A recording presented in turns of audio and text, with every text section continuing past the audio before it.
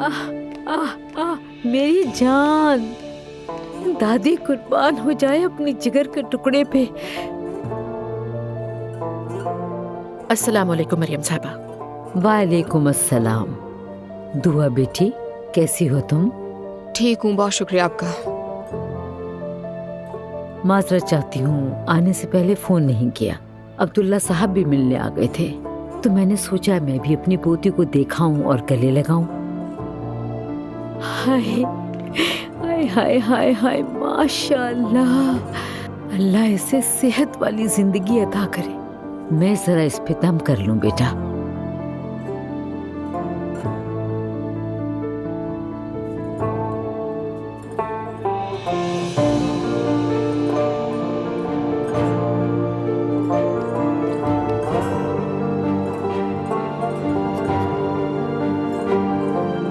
क्या ऐसे गोद में ले सकती हूँ मैं?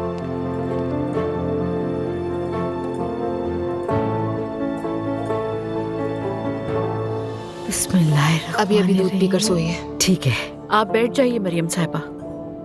हाय हाय, दादी माँ की छोटी सी जान, हमने तुम्हारा कितना इंतजार किया। तुम मुझे दुनिया में सबसे प्यारी हो। इसका नाम जवेरिया है। हाय माशाल्लाह, अल्लाह पाक तुम्हें बुरी नजर से बचाए। हाय मेरी प्यारी बच्ची।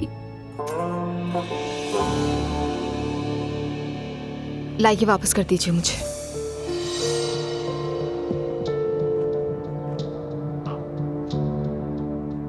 कल रात जो कुछ हुआ उसके लिए माजरत खा हूँ मैं। मेरा मतलब है, मुझे बहुत अफसोस है। काश के ऐसा ना होता, लेकिन असलान ने हम पे बहुत जुल्म किया है। हाँ, काश के ऐसा ना होता, लेकिन मैं यहाँ वो बात करने नहीं आई। मैं तो सिर्फ इसे देखने आई हूँ। हम पहले सब कुछ सह लेते थे। क्या सह लेते थे आप लोग, बताइएगा। दुआ बेटी, अजलान से गलती हुई है। तुम्हारा नाराज होना बिल्कुल बजा है, लेकिन उसे उसकी बेटी ना दिखाना बहुत बड़ा गुनाह है। अब खुदा के लिए तुम भी जिद छोड़ दो। मेरा एक बच्चा मर गया है, आपको अंदाजा भी है इस बात का? एक छोटे बच्चे का जनाजा हुआ है इस घर में। अगर अजलान ये गुनाह ना करता तो ये सब भी ना होता। तुम ठीक कह रही हो, मैं भी तुम्हारी तकलीफ समझ सकती हूँ,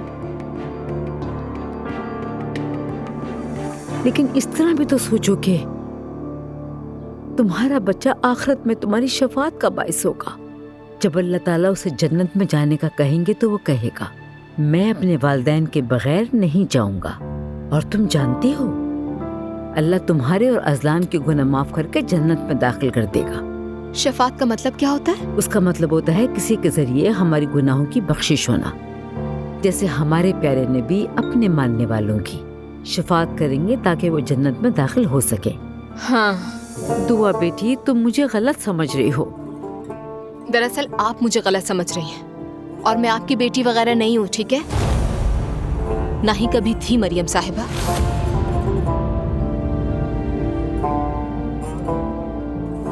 अब मेरा और मेरी बेटी का आपसे कोई ताल्लुक नहीं। आज आप आई हैं, आपने जहमत उठाई, शुक्रिया आपका, लेकिन बेहतर होगा आइंदा तशरीफ ना लाए। मरियम साहिबा, हमारा गम अभी बहुत ताज़ा है। ज़ैनब साहिबा, क्या लगता है इन बातों का हमें दुख नहीं हुआ है? काश आप जान पाती मुझे कितनी तकलीफ हुई है। मैं अपने गम के साथ आपके लिए हमदर्दी महसूस नहीं कर सकती। ठीक है, शायद मुझे चलना चाहिए। चलिए, आपके साथ चलती हूँ मैं।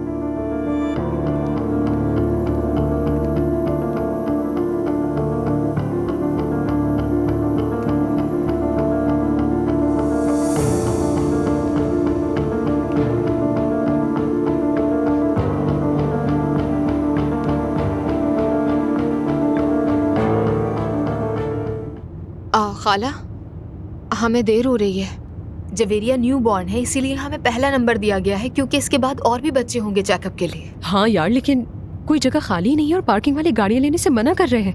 मुझे तो ये सिस्टम बिल्कुल समझ में नहीं आता है। क्या करें खाला, तो फिर पैदल जा सकते हैं क्या हम? हाँ, एक काम करो, तुम पैदल चली जाओ, मैं जब तक एक और चक्कर लगा लेती हूँ, शायद कोई जगह मिल जाए मुझे। ठीक है।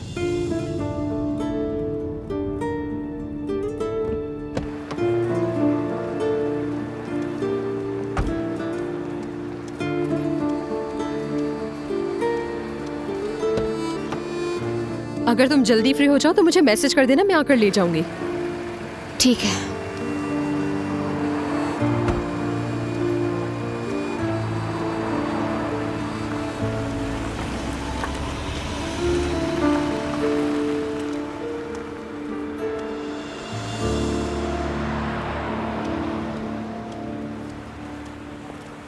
दुआ, तुम यहाँ क्या कर रहे हो? मेरे पीछे क्यों आए हो?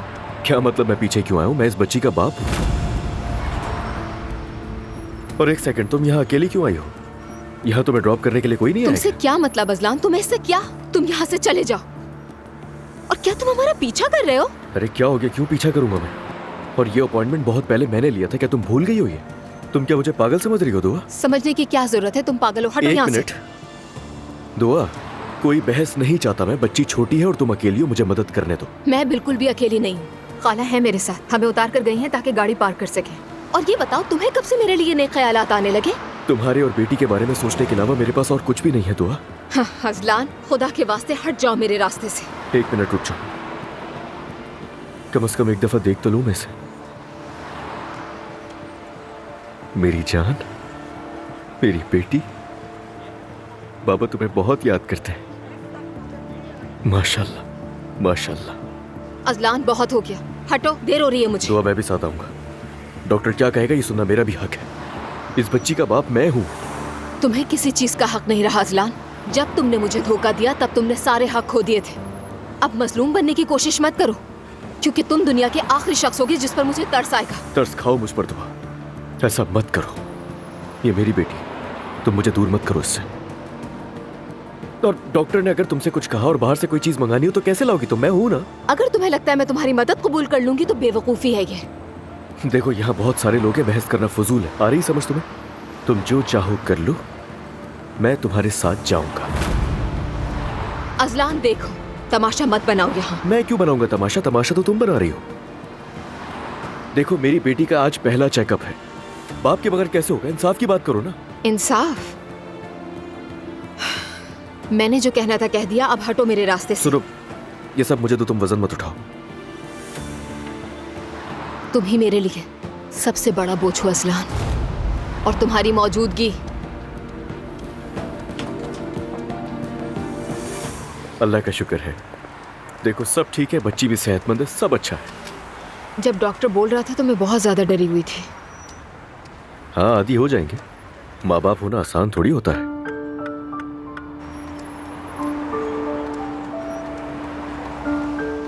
मगर भूलना मत, मैं हमेशा साथ हूं। बेहतर होगा तुम हमारे साथ ना रहो। हेलो। हाँ हेलो। ध्यान से जाना। यार, मैं तो पागल हो गई चक्कर लगा लगा कर, और तुम्हारे साथ अंदर भी नहीं आ सकी। चलो कोई बात नहीं, अगली बार साथ चलेंगे। अंदर सब ठीक तो था ना? ये फिर से नहीं लग रहा है सीट बेल्ट बांधे क्या? ये बहुत मुश्किल है। उफ, मुझसे नहीं हो रहा। नहीं लग रहा क्या? इतना भी मुश्किल नहीं है। कार सीट लगी नहीं रही, हर चीज आजमा ली है मैंने। रुको, मैं ट्राई करता हूँ, शायद हो जाए।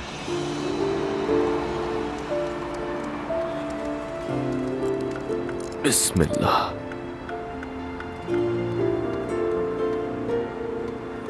मेरी खूबसूरत बेटी, बाबा तुम्हें चाहते हैं।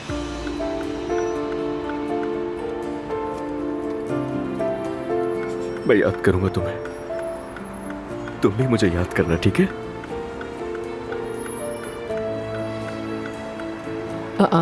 ये कैसे किया तुमने? थोड़ी सी जान लगानी पड़ती है इसमें। हाँ। बहुत शुक्रिया तुम्हारा।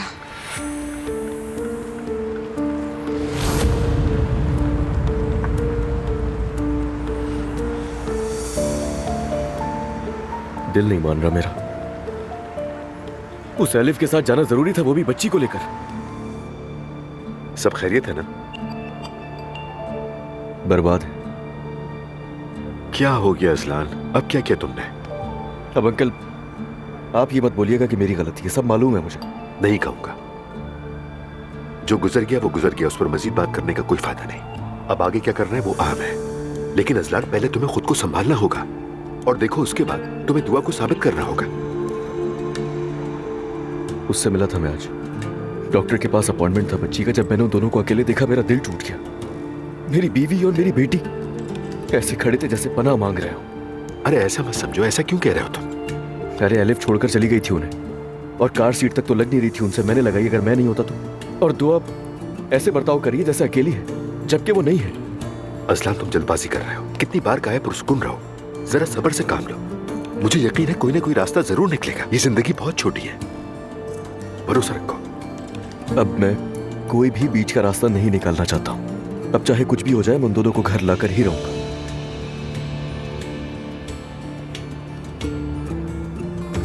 खैर मैं सोच रहा था कि दुआ के लिए कोई ड्राइवर रख लिया जाए, मगर पता है वो इसके लिए भी राजी नहीं होगी। उसमें मेरी सोच से भी ज्यादा ईगो है। अगर मैंने किसी को भेज भी दिया तो वहां एक नया हंगामा खड़ा हो जाएगा। मैं क्या करूं, मुझे कोई मशवरा तो दे। वो हमेशा एलिफ या ज़ैनब साहिबा को तो ड्राइवर के तौर पे इस्तेमाल नहीं कर सकती ना। मैं देख लूंगा, ठीक है? तुम परेशान मत हो, मैं ज़ैनब से भी बात कर लूंगा। ठीक है बेटा? ठीक है मैं समझ गया, मगर खर्चा मैं उठाऊंगा। असलान खुदा रहा तुम और मैं अलग नहीं है। अंकल मैं कह रहा हूँ ना आपसे, खुदा के लिए। वैसे भी अब तक उसके लिए कुछ भी नहीं किया मैंने। मैं ये अपनी खुशी से करूंगा। जैसा तुम चाहो, ठीक है? तुम ही पैसे दो। बस उन्हें यही लगना चाहिए कि आपने किया है। यूसुफ भाई को कह दें, वो सारा इंतजाम करके आपको बता देंगे। वो कल का बंदूकिया से वापस आ रहा है, तब बात करेंगे। हाँ बाबा ने बताया था मुझे आज सुबह ही। होटल खरीदा है हम लोगों ने। लोकेशन वाकई बहुत अच्छी है। सब कुछ अच्छा ही होगा इंशाल्लाह। इंशाल्लाह। चलो तुम्हारे बाबा इंतजार कर रहे होंगे। ठीक है, आपका बहुत शुक्रिया।